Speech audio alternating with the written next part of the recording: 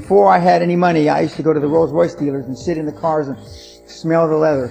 Practice success before you're successful. Self-esteem is the key to high performance. Money's not the only thing in life, but it's the only thing anybody keeps track of.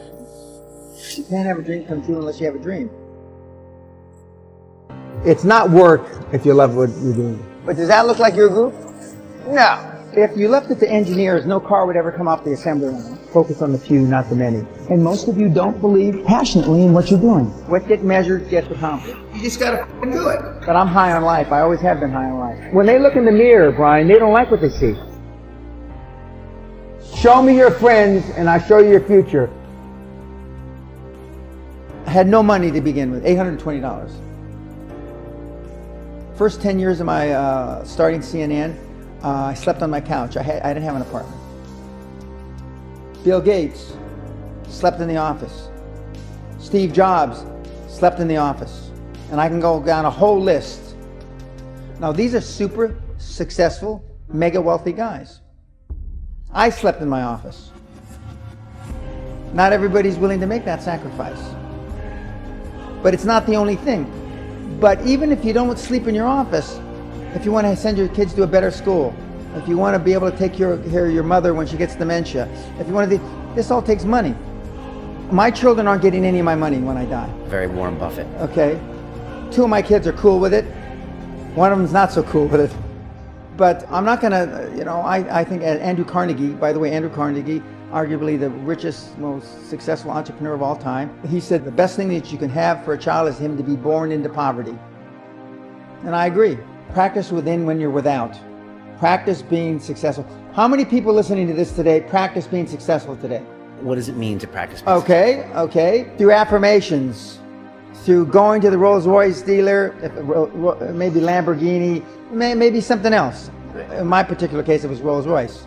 And within a year of me going to the Rolls-Royce dealer, I had a Rolls. Within 19 months of me dreaming and adding it to my goals, a castle on an island, I own Guthrie Castle. So how can people practice being successful? Affirmations, visualize, go shop for these things. Go to stores you can't afford. Go hire lawyers you can't afford. Lawyers will meet with anybody. Accountants will meet with anybody. Go to the big 4 accountants with a business idea.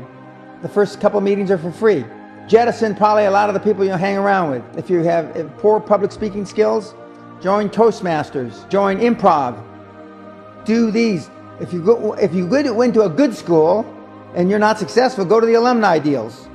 Okay? I didn't go to a good school. I'm a perfect living example that a lot of trouble as a kid, working class background, my parents, went to just a mediocre university that I flunked out of 3 times before I finally graduated with honors, and had no money to begin with, $820. There's no money but $820. So it's all possible. I devoted myself to feeling successful. I was wearing suits like this before I could afford them. If you could pick up the phone and make a phone call to the 20-year-old Dan Pena, what advice would you give that young man? It's the same advice that I give and the best advice that I got. Just do it. Most people procrastinate because they're unsure, so just do it. Just imagine you drove your car through life with the emergency brake on. It's bad for the transmission, it's bad for the tires, it's bad for the universal, it's bad for everything. Then you take, oh geez, the emergency brake's on. Then you release the brake. What happens? Whew, surge ahead, right? Most of us go through life with our emergency brakes on. And most of us keep the emergency brake on because we want a reason not to test ourselves.